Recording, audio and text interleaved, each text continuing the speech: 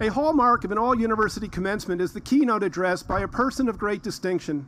And just such a person is with us tonight, Mr. John Olajide, a UT Dallas alumnus who embodies what was said in the video earlier. Because of who we are, we will always shoot for the stars. At a young age, John picked up a love of computers and technology, skills that he put to excellent use in building his healthcare business, Access. Growing up in Nigeria, he proved to be a top student and with great entrepreneurial instincts. And thanks to guidance of a family friend, he pursued an education in Texas at the greatest university for a young man with his talent, UT Dallas. And while still an engineering student, John worked in healthcare. He graduated in 2004 and formed his company in 2007.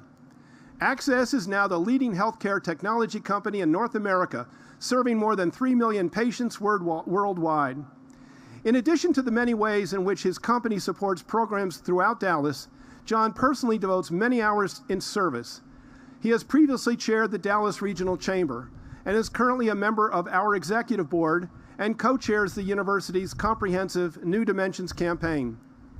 In 2016, he established an opportunity fund to benefit the National Society of Black Engineers at UT Dallas. As we assembled earlier, we presented John with some special accessories for his regalia that are unique to his personal story.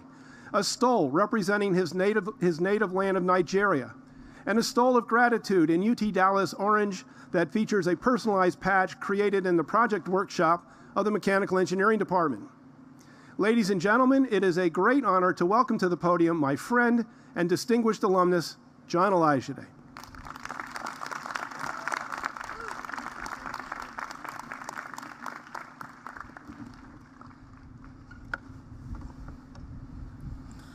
Whoa, it is great to be home.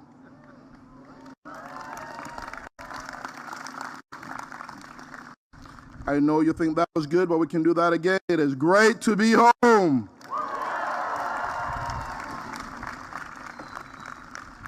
Dr. Benson, Provost Musselman, distinguished friends, I am deeply humbled and honored to have this opportunity to speak to this year's graduates, their families, and friends. This is a very emotional moment for me. As a proud alum, it is especially an honor because this is UTD's first combined all-university commencement, rather than having separate ceremonies in the various schools. My wife and children are here in the audience. I feel tremendously blessed to share the special moment with my family and my friends. Thank you.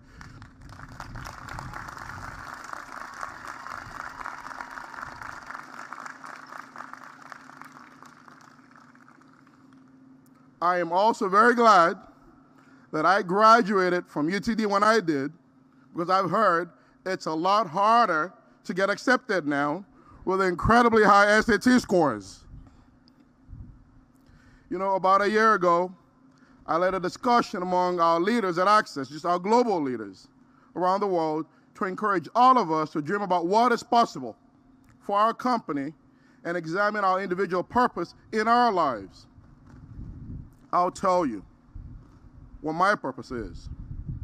I know that my purpose in life is to serve others.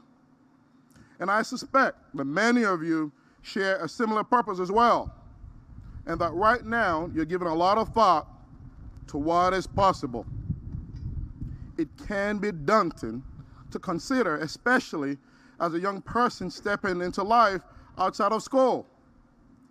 And it wasn't so long ago that I was graduating from this great university, less than 2 decades ago, 2004 to be precise. I remember it was a time of great pride in my accomplishment, but also a great time of a lot of uncertainty as I prepared to launch myself into the world and use my talents to make the world a better place. I didn't exactly know what that was going to be like, but I knew one thing for sure. I knew I wanted to have a positive impact in the world, and I knew that I couldn't do it on my own. And I'm sure you've all heard the saying that it takes a village, and it's true. We need community, and mutual support. You cannot do it on your own. You need help, a lot of help. We have to show up for others and know that they'll do the same for us when we need them. So my message for you today is rather simple.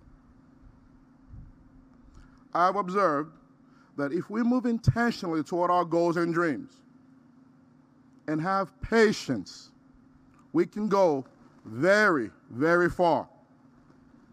The most important thing that I hope you take away today is the understanding that no matter what you seek to do, anything, I said anything at all, is possible. Anything is possible. And I'm sure you've heard that whatever your mind can conceive of, and you believe that, and work hard toward that, you can achieve it. To give you context for why I say that, it may be helpful for you to know some of my personal background. I am the third of 5 boys. And when I was growing up, our family lived in Lagos, Nigeria. As graduates of an outstanding university, you may also be interested to know that neither of my parents had more than a 6th grade formal education. None of them.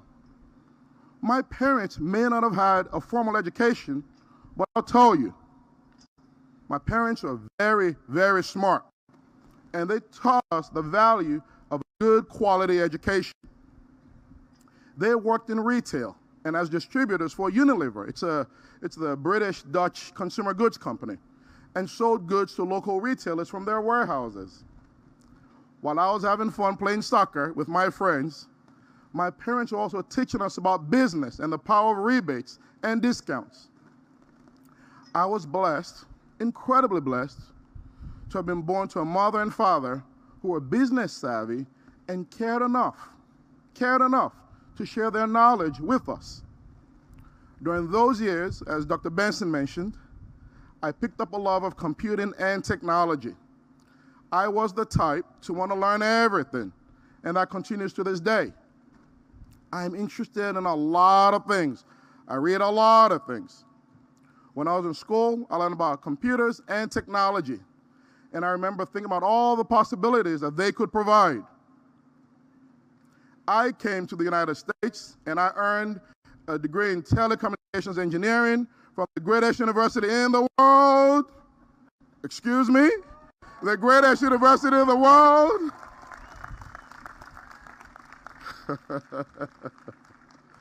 It was perfect timing because this area at the time was the telecom capital of the world, with great companies like Texas Instruments, Ericsson, Alcatel, TI, just great companies and many others. And of course, there was the internet boom as well at that time. There was so much going on in tech. UT Dallas is a great school, and it was the perfect place for me to expand beyond what I already knew. So a family friend was a director of nursing for a local home healthcare organization, and I asked if I could help with some IT work. I ask a lot of questions. It's just my nature. I started asking questions and very quickly noticed that the business and the entire industry, candidly, were underserved from a technology perspective. So I started my own company, Access, as a consulting company out of a 2-bedroom apartment not far from here. I slept in 1 bedroom, and the rest of the apartment was our corporate offices, our corporate headquarters.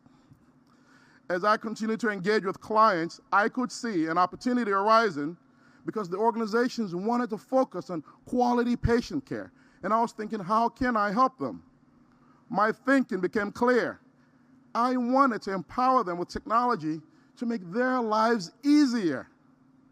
I saw that I could help solve a challenge for caregivers, and I saw something else.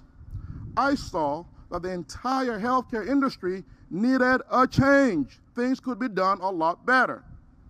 As healthcare costs continue to rise, payers are looking for ways to reduce spending and provide quality healthcare at home. And treatment at home is often cost-effective while being more comfortable for the patient. Is what patients want. So I'll tell you this. Healthcare at home increases access to quality healthcare services for people all over the world in a cost-effective manner, and it's what people want. And for this reason, I have no doubt at all, no doubt, that the future of healthcare is in the home.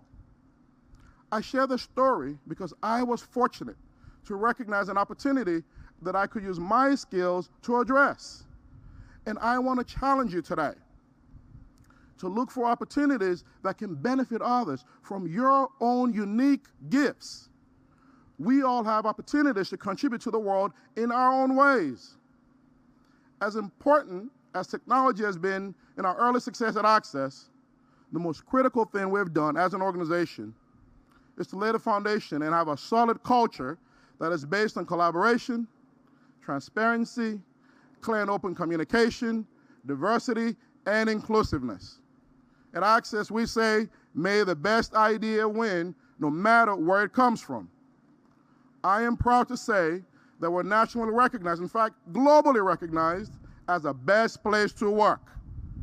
We call our own way of doing things, we call it the Access way. And it guides us on how we treat our people, our clients, our partners, our community, and all shareholders. Essentially, it's a stakeholder model. I am known as Mr. Business is a Force for Good. I believe when business shows up, things need to get better. That's what we do every day at Access. In our organization, we have more than 45 countries represented in our close to 1,000 people organization. And I have no doubt that this diversity of perspectives, just this incredible ideas coming from everywhere, has contributed to helping us grow tremendously. It's very similar to what happens here at UTD. Diversity and inclusion are key to ensuring we benefit from hearing all the different voices and opinions. It applies to businesses, it applies to communities, and it applies to organizations and in policy making. As I've said earlier, at Access, we say, may the best idea win. I want you to remember that, regardless of where it comes from. Particularly at this time in the world when there are deep divisions in our society and intolerance for hearing the opinions of those that we disagree with. I cannot encourage you enough to keep an open mind and learn from others, especially even folks that don't see the world the way you see it. You can learn a lot from them. It's key to being able to continue your education in the years ahead. And it's key, really, to helping you continue to grow. Keeping a growth mindset and continually learning is critically important. As an entrepreneur, I have learned a lot, including how critical it is to adapt after failures. I know you probably thought I was only going to talk about my success stories and just build on what Dr. Benson had said. The truth is, like most success stories, we've had to endure failure right from the start. In fact, we were unable to get our flagship software working for our very first client. True story. We couldn't get the software to work all day. It had worked the night before. I felt even worse because the manager that hired us had offered us pizza for lunch, great pizza, that we enjoyed. Talk about being awkward. We left and stayed up all night trying to get it working, and eventually we got it to work. So we called the next day to say we were ready to come back, but the manager told us not to bother and she would rather not see us again. Whew. Bad for your ego. Look, if you're thinking about starting a business, I suggest you don't have that experience with your first client, okay? Obviously, we learned from that, and we started to attract a lot of clients. But I share that story with you to let you know there is no straight path to success. There is no straight path to success. There's bumps and all kinds of bumps along the road. But maintaining a belief in yourself is critical. And staying strong through times of adversity are essential to whatever success that you seek. As you start out in your careers, you will no doubt have the feeling that you're not good enough, that you're not ready to take on new challenges. Just so you know, those feelings, they don't go away easily. They're there for a long time. A few years ago, I spoke to a young professionals group about ways to overcome feeling like an imposter, the imposter syndrome. These were not recent graduates. These are folks that had been accomplished already in their careers. These are people that are very experienced and had some success in their lives already. But overcoming self-doubt is something that we all face. Me too. Me too. I shared a couple of ideas with them to help them understand how to get over that, and I'll share that with you today. First of all, get comfortable with being uncomfortable. Very important. It's the only way to grow. I'm sure you've all heard that there's no growth in the comfort zone and there's no comfort in the growth zone. If you feel uncomfortable, chances are you are growing. That's why. You have to adopt a learning mindset and accept that to grow, you have to put yourself in positions beyond what you think that you're ready for. So leave your comfort zone. Secondly, put in the time and do the work. Be interested in what you're doing and be reliable. Make sure when people need you, you show up for them. I also want to share something I've learned and I've come to appreciate as an essential component to success. And this one may surprise you. It's been my observation that many people are looking for the perfect hack, something that you discover, the perfect fix, a quick solution, and it's game over. It's human nature to look for these shortcuts. But I'll tell you today, there are no shortcuts. Success takes time, and time requires that all of us appreciate the value of being patient. And just so you know, sometimes doing nothing can be an effective strategy. Sometimes you have to plant a seed and let it be. Just let it be. As you all know, we can want to rush bringing a flower into the world, but it will blossom in its own time. I believe that we're all getting slightly better or slightly worse every day. At Access, I comment often that we're either growing or we're dying. It's binary. There is no middle ground. But growth doesn't have to be dramatic. It doesn't have to be something that you see dramatically every day. Just making a little progress every day can lead to meaningful improvements. A 1% change is barely noticeable in isolation, but because of the miracle of compounding, it can have dramatic consequences. So you're a bunch of really smart people, so I've got a question for you. If you could get 1% better at something every single day, by how much better do you think you'd get in 1 year? I want you to ponder that. If you could get 1% better every day, by how much better would you get after a year? You're probably going to say more than 365% because of compounding. A lot of people think it could be between 5 and 10 times. That's what a lot of people think. But let me tell you the surprising answer. It is 37 times. Just by being 1% every day over the course of 1 year, you end up being better 37 times. And of course, if you're getting 1% worse every day, you're going to be 97% worse by the end of the year. Change that is barely noticeable starts to add up over time. So I want you to pay very close attention to your daily habits. What you do every day is your life. I'll say that again. What you do every day is your life. I've also learned the value of being engaged in the community wherever we are. I've been tremendously blessed to be a part of the Dallas business community. The Dallas region is the most welcoming and the most prosperous region in the United States. There is no place in the world as focused on business prosperity as this region is, and it's paying off, just so you know that. In 2020, I had the privilege of being chair of the Dallas Regional Chamber of Commerce. It was a challenging year for all of us. Maybe more challenging for all of you because you got through it though, and you're here. And congratulations to you. I want you to give yourselves a round of applause at this moment for getting through COVID.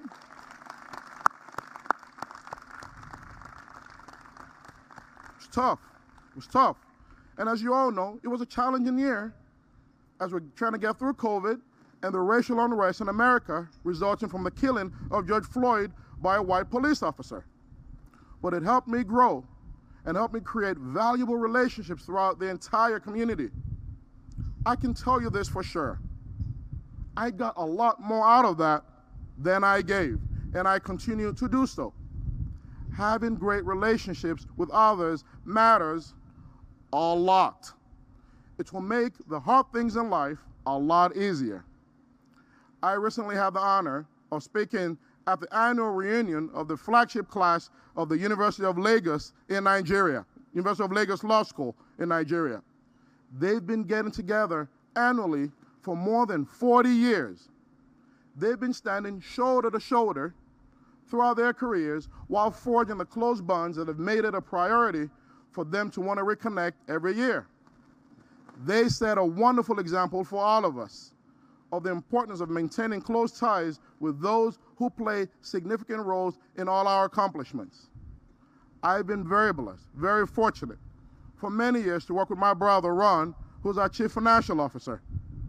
And one of my childhood friends, Andrew, is our Chief Technology Officer. Doing things to improve the world with people you enjoy and admire is about as good as it gets. To summarize, just want you to think of the things. It's important to be welcoming, inclusive, and tolerant. Important.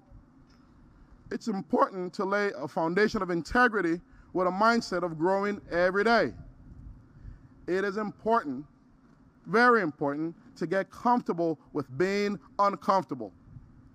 It's important to realize that you need to be patient to be successful. True success takes time. And perhaps most of all, it's important to believe that anything is possible.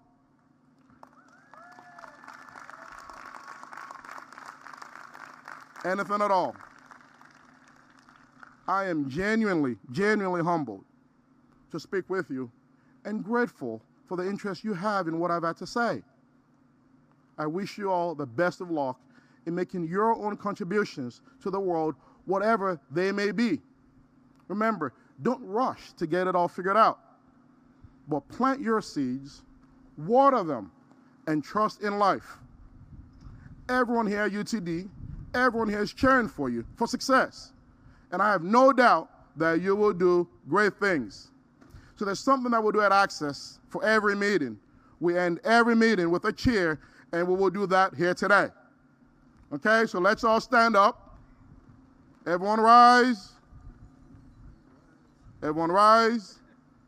And on the count of 3, we will say, anything is possible. Be as loud and as raucous as you can be. Okay? You ready? No, you're not. No, you're not. Are you ready? I love it. On the count of 3, anything is possible. 1, 2, 3. Anything is possible. Thank you and good luck.